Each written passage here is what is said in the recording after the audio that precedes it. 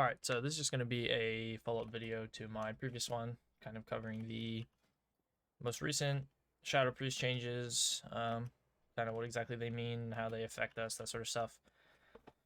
So, big one here is that I was saying I was expecting some nerfs, which we did get, but I was not expecting some of the buffs we got, so very interesting.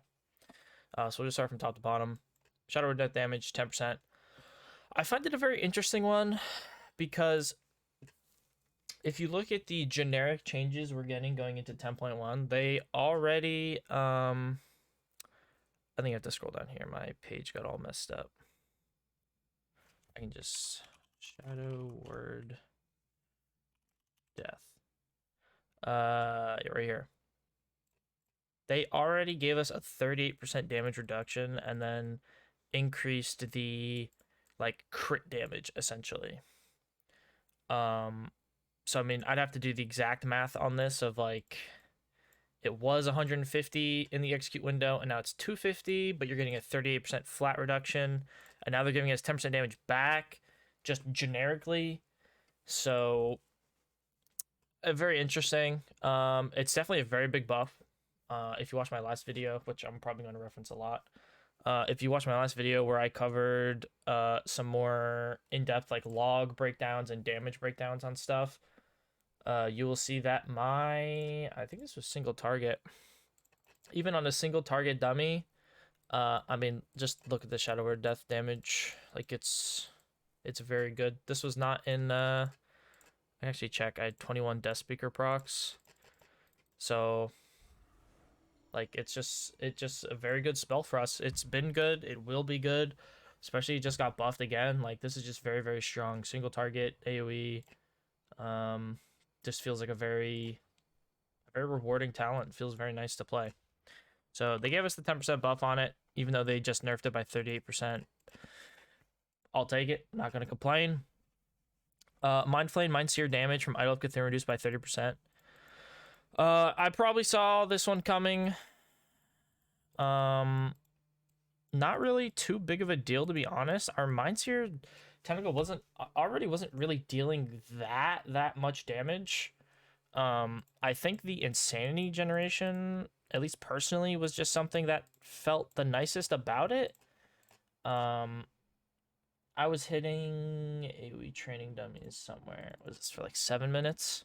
And yeah, I mean, it's still 3.5%, and it's still generating, insanity every time. Every time you Void Torrent, you spawn it. So playing 30-second Void Torrent, just very solid. Yeah, I mean, it's definitely not like a terrible talent. It feels nice. It also has single target uses. So if a lot of people are kind of would argue that either like Cthulhu or N'Zoth instead of Cthulhu or N'Zoth instead of Yogg, I don't know. I feel like Yogg has not been able to pull numbers that would beat anything here. To be completely honest with you. And I think both Malediction and Tormented Spirits are pretty. I mean, if you go Cthulhu, you have to go 30-second Void Torrent. There's no way you don't. You lose so much value. And I mean, Tormented Spirits, like I said, my last build is kind of the cornerstone of this crit build that I'm running right now that performs quite well. So yeah, very interesting. Definitely a nerf. I don't know the exact percent. It's not crazy. It's not too much. And obviously, if you don't run the talent, then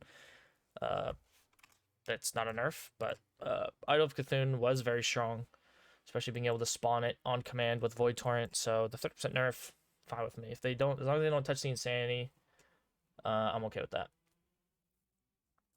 Distorted Reality. So this is a talent I talked about in my last video, where it was mathematically a DPS loss. It was a 10%. It was a 10 insanity cost increase to Devouring Plague, which is normally 50.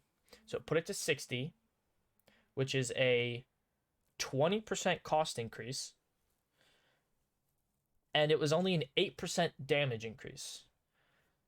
So it just felt really, really bad. And of course, if you took the other one, right, 5.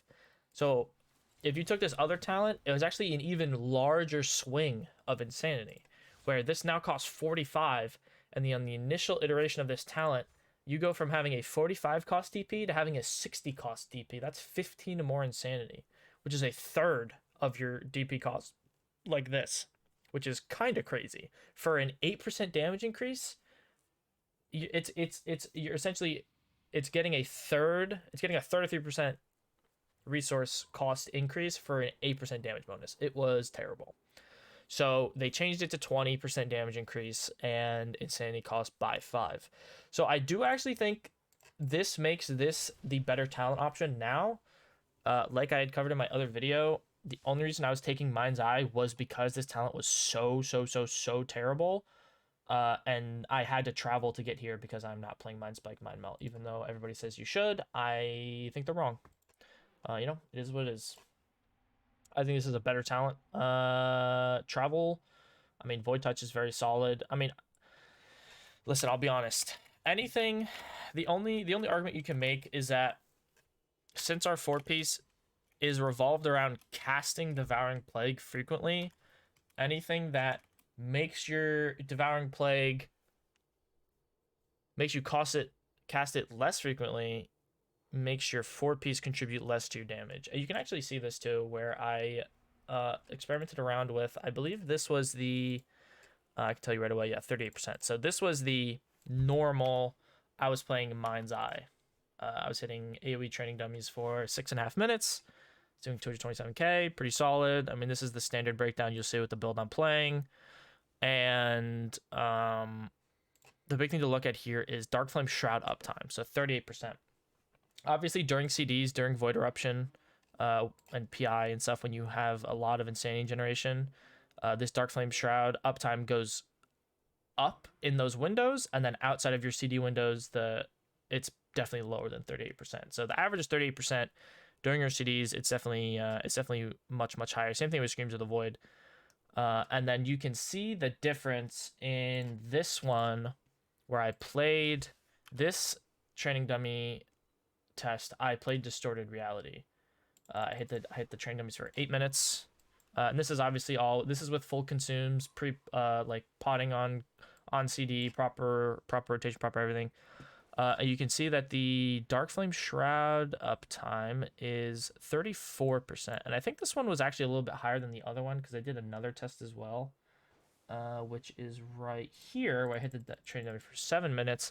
And you can see it's 32%. This is a closer realistic value. I think I was getting some pretty good procs as far as I remember on this one, or I started it with higher insanity when I started the test or something like that.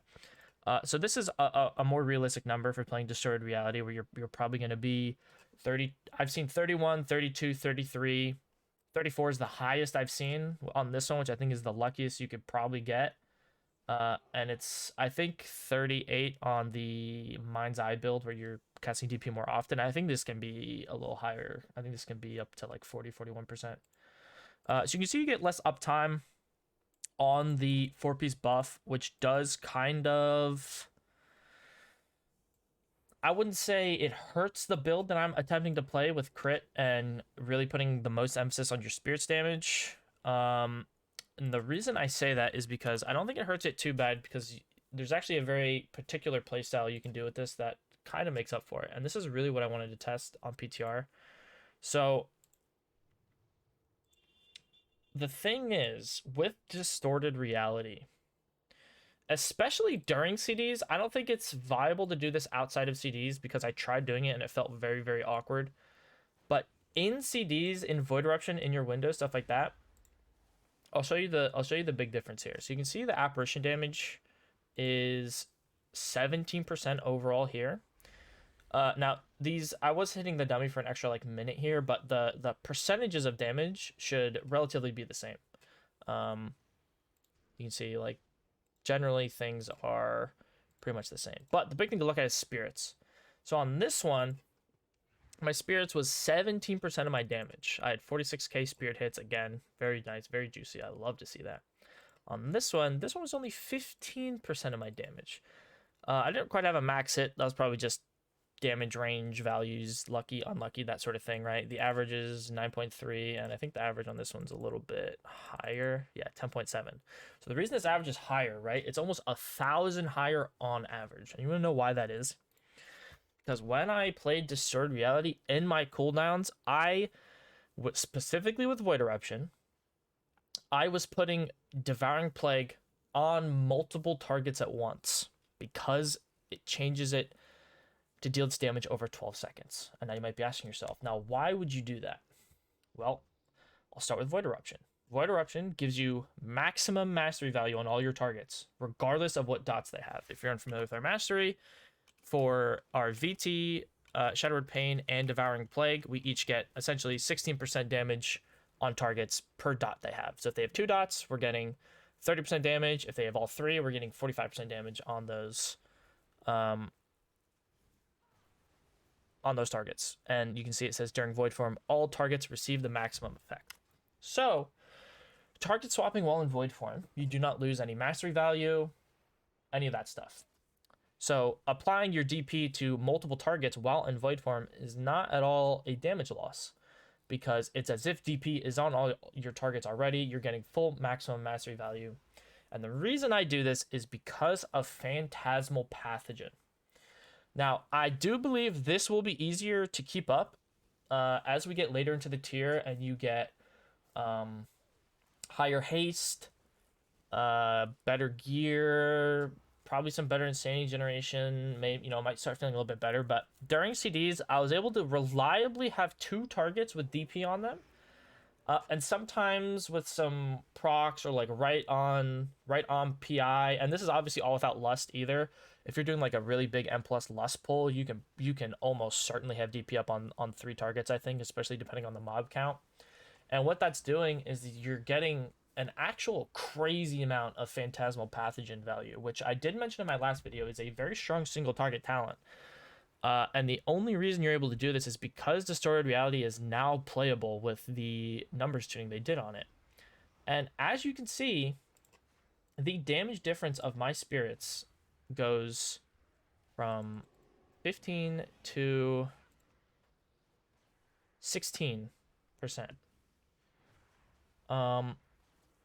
And I mean, you can see DP stays at like what, 7.2, 7.2, right? So like the DP damage is identical. It is the exact same percentage of my damage, 7.2, 7.2. The numerical value is different because I was hitting the dummies for an extra minute on the other one, right? But the percentage is all we care about. So DP is literally the exact same percentage of my damage breakdown, but my spirits average is over 1,000 more. It's 10.7 compared to 9.3. That means on average my spirits are dealing 1,400 more damage. And that's because I'm putting DP on multiple targets and I'm getting multiple targets benefiting from Phantasmal Pathogen, which is actually quite strong. And again, I think it's really only viable to attempt to do that in your Void Eruption CDs because you're not going to be losing DP damage.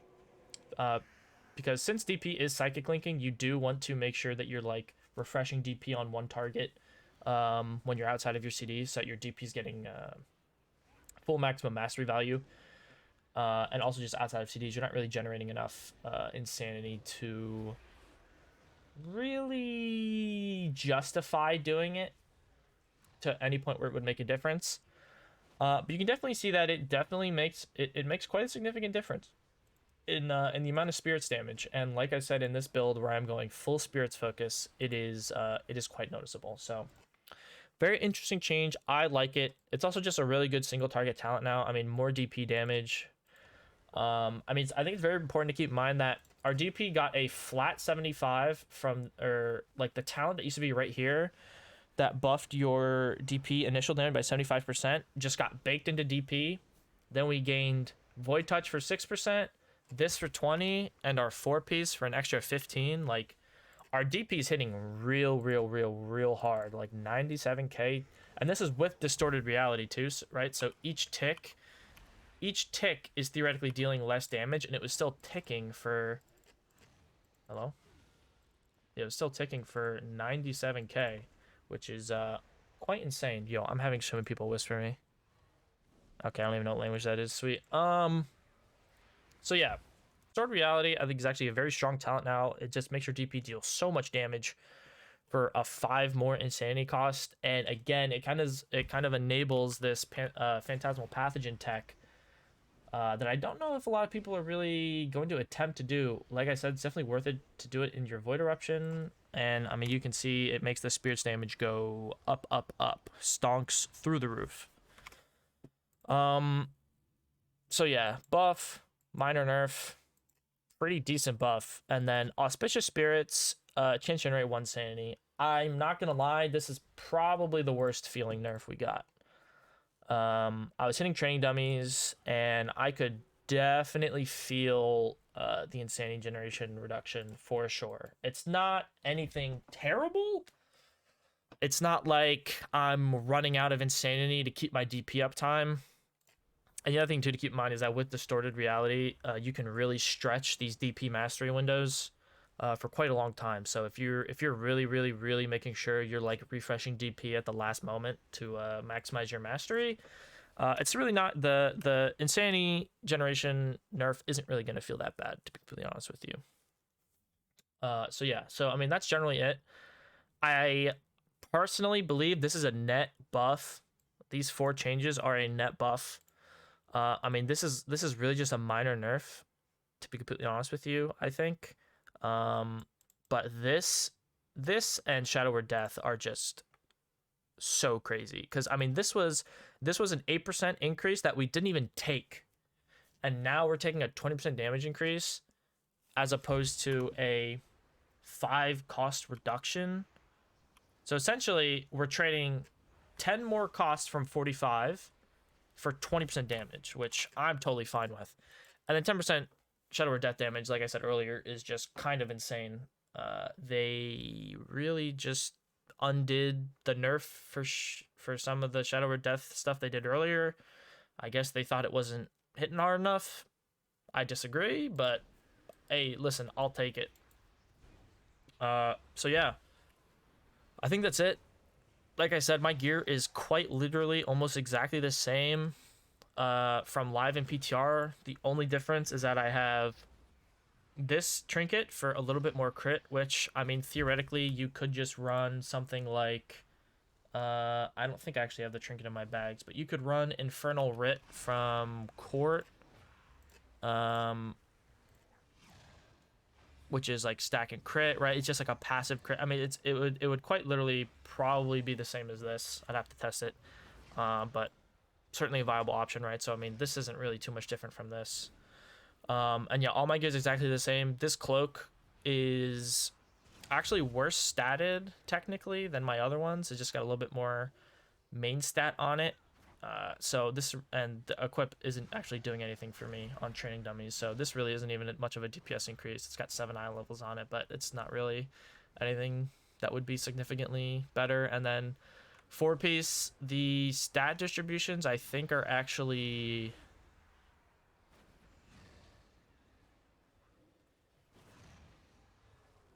pretty much the same, maybe a little bit worse. I feel like I lose a lot more haste on this gear, on this tier set, because normally I'm at like 33% haste, and I have this, and I have my rune on, so yeah, normally I'm at like 33% haste on live, so I actually have less haste. I'm not sacrificing it for anything. My 418 crafted rings went up 3 eye levels, which is like 12 stats, so these are like nothing. So yeah, so to give you an idea, I hit a train dummy, I hit a single target train dummy somewhere, right? This is the single target one. Yeah, I had a single target training dummy for 5 minutes. And here, let me actually log on to live too, because I can show you, because I also tested this. I had a single target training dummy for 5 minutes with full consumes, normal pot, no extra garbage. And I did 73.5k on a training dummy for 5 minutes, which I mean, that's no bloodlust, that's no like DH buff, that's like all these external things that really get your damage going up in like raid environments. This is without any of that. I didn't even drums this. This was just straight up my cooldowns with a pot, my normal consumes, 73k. And then I believe on live I think I hit a training dummy and I like stopped at like 60k. I was doing like 60k DPS or like 59 or something like that. And listen, I'm not gonna say I suck as a Shadow Priest player. I've played Shadow for a long time. I have. I mean, listen, if you really wanted to go look at my logs, you could. I'm not gonna flex on you, but you know, I've gotten some rank ones back in the back in the day, back in Sepulcher, that sort of stuff. And yeah, you can see I was hitting this dummy. I hit it for 2 minutes, but I was doing like 56, 60k. Like even best case scenario, I was doing like 65k, and then like as my cooldowns were coming back up, I would kind of dip down into this. This is skewed because it takes you a while to leave combat with your dots. So I do distinctly remember this was literally 60, 61k when I decided to stop hitting the training dummy, right when my cooldowns were coming back up, right? So, um, the important thing to keep in mind is that this is the build I'm testing this on because this is my M plus build that I like playing most frequently. This is what I perform the best on. In our keys, and I mean, listen, we do, you know, solid keys is what it is. So yeah, the big thing to keep in mind is that I am playing my dungeon build because on PTR, this would be my dungeon build, and this is what I hit the single target dummy for, and I did 73k consistently. I peaked at a lot higher. And obviously this was also skewed because it takes you a while to leave combat with dots. So this was most certainly, this was a 70, 76, 77k when I decided to stop hitting the dummy, and then it just like kind of ticks down while you're waiting for your dots to fall off and leave combat. So I mean, you can see our single target goes up quite significantly.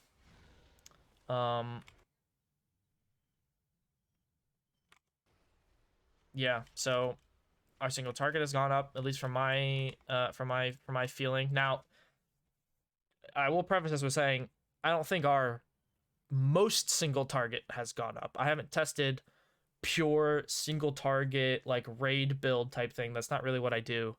For raid, I literally will just copy the highest ranked priest talent build and just play what they play, or I will pick a talent build from that just sims the highest or whatever, and I'll just sim it and pick whatever I need for the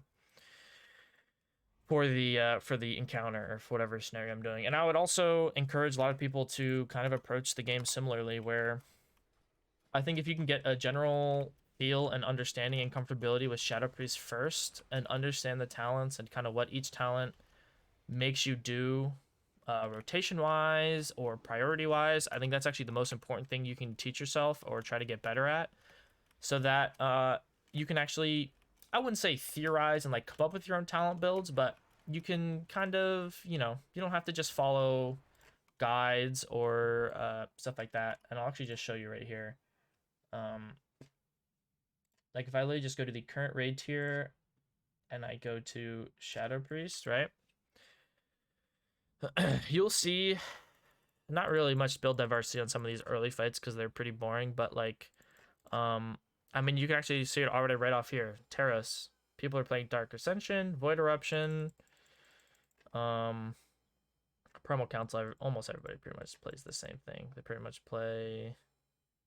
Oh, this guy wasn't playing Puppet Master, which is interesting.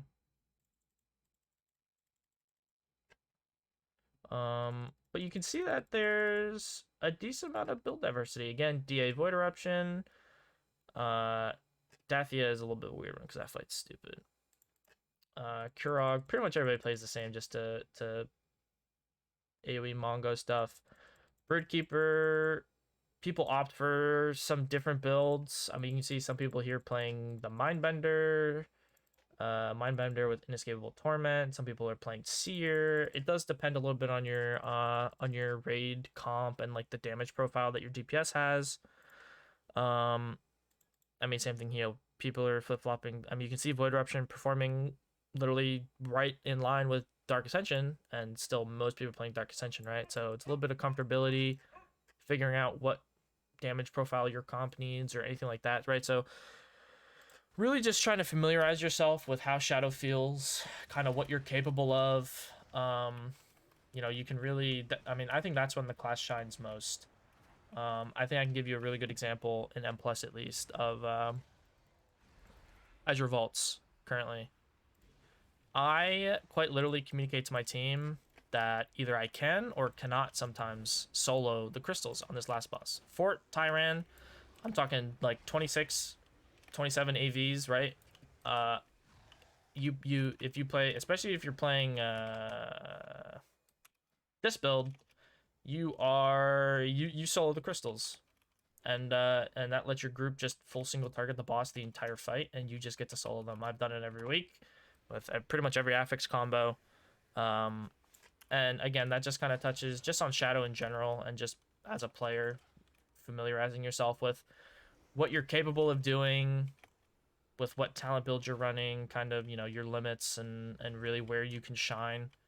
Uh, and then that's how that's when Shadow looks really good, right? Like if you just walk into a dungeon and you're just pressing DPS buttons and not really thinking, Shadow isn't gonna look as good as if you have a really well-tuned build for the way your tank is pulling, or for the damage profile that you need. If you need priority damage cleave, if you just need raw AOE, right? So a lot of these factors come into play in especially in M plus. Well, actually, really only in M plus, mainly. And honestly, I think that's how a lot of people will find success on Shadow, is really familiarizing themselves with how this whole playstyle is going to be and kind of what you're capable of doing. And yeah, I think that's honestly all of the. I think that's really all the points I wanted to cover. Again, I'm very surprised to see that we were getting buffs at all. I think these are net buffs, to be completely honest with you. So I'm a little surprised. I still don't know if people are going to be a fan of this build that I'm playing. I have yet to feel like it's bad. Again, if you watch my previous video, which is a bit longer than this one, you can kind of see that on the logs that I show. I mean, I'm playing with, you know, Equinox, Karm, Quasi, these guys that are fantastic, some of the best players I've ever played with, and I mean, my build is still slapping. So I don't know if it's a build people don't want to use, or it's like this hasn't been theorized really by anybody. Not really sure. But I have found very, very, very high success with this build. I have not been able to test, obviously, this new Devouring Plague, Distorted Reality Talent, and Single Target with any of these changes. There is going to be raid testing on Thursday, so I might record it and kind of give a breakdown on some of the stuff, maybe. If that's something people are interested in, I might do that. Let me know if that's something you guys would want to see. If not, I won't do it because I'm lazy, and raid testing is just boring, and raiding in general. I just raid for gear because this game sucks. So yeah, I believe that's it.